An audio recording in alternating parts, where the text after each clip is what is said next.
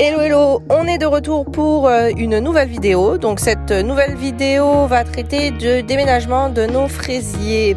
Bien sûr cette vidéo peut vous servir si vous souhaitez planter pour la première fois en pot, si vous voulez préparer votre terre.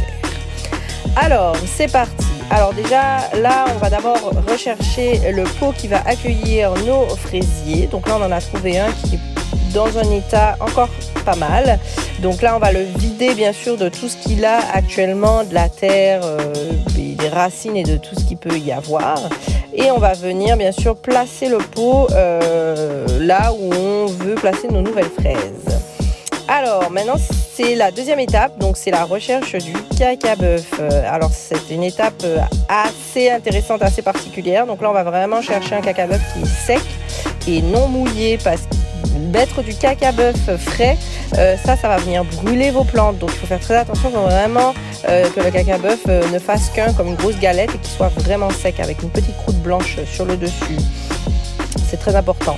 La deuxième étape ou troisième étape, c'est la recherche de la souche. Donc on va chercher vraiment une souche de bois qui s'émiette bien. Donc un bois qui commence vraiment à partir en lambeaux. Et ça va être très, très important pour la préparation, puisque le bois a des vertus vraiment très intéressantes dans le pot. Ensuite, on va chercher de la terre, bien sûr, de la terre fraîche qu'on peut trouver un peu partout. Des petites pierres, donc ça c'est notre dernière étape, c'est des petites pierres, des petits cailloux ou des petites roches pour mettre bien sûr au fond de notre pot, ce qui va créer un drainage pour que l'eau puisse circuler et ne pas rester dans le pot. Donc là, on va commencer par émietter le cacabeuf. Donc voilà, alors on l'émiette bien. Ensuite, on va essayer de casser la souche, donc pour elle aussi l'émietter pour pouvoir avoir des petits copeaux. Donc bien sûr, en général, c'est un peu difficile de le faire à main nue. Donc je vous invite à prendre un marteau ou bien une massue, voilà, et à vous défouler sur la souche pour pouvoir bien créer des petits morceaux pour pouvoir bien l'émietter.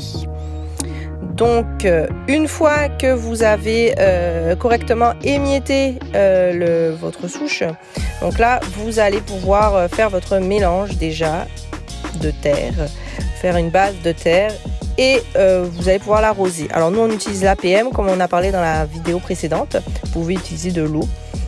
Et là, on va venir bien sûr mettre du cacabeuf par-dessus. Donc on commence notre premier mélange. C'est un peu comme une grosse lasagne.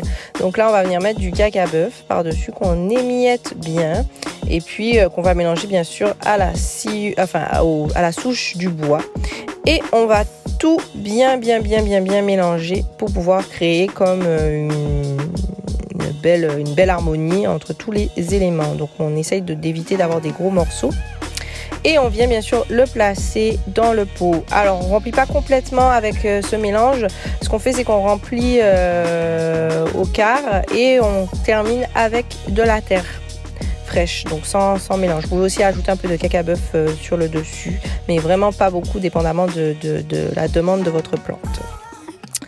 Ensuite, bien sûr, une fois que vous avez recouvert de terre, vous venez placer, mettre visuellement là où vous voulez placer vos plantes. Donc là, en l'occurrence, ce sont nos fraisiers. Donc on crée des petits trous dans la terre pour nous rappeler de là où on veut poser nos plants. Donc là, on s'en va chercher notre plant qui est encore en terre. On n'oublie pas qu'on prend le plant avec de la terre et non pas directement le plant des racines à l'air. Donc là, on va prendre ce plant-là et deux autres plants. Et on va venir les insérer dans la terre, dans notre pot. Alors l'étape suivante et la dernière étape, c'est l'arrosage d'abord. On arrose bien et ensuite on vient pailler. Alors le paillage est important parce qu'il va permettre de garder l'eau et de protéger vos pousses ou vos plants. Là on a dû changer de paillage parce que comme vous pouvez le voir, le paillage était un petit peu trop vert. Donc on est passé à un paillage vraiment plus sec. Donc il faut vraiment faire attention de prendre un paillage sec sans autres feuilles ou plantes à l'intérieur pour ne pas venir envahir vos plants. Voilà, c'est tout pour aujourd'hui. On vous retrouve bientôt pour une nouvelle vidéo.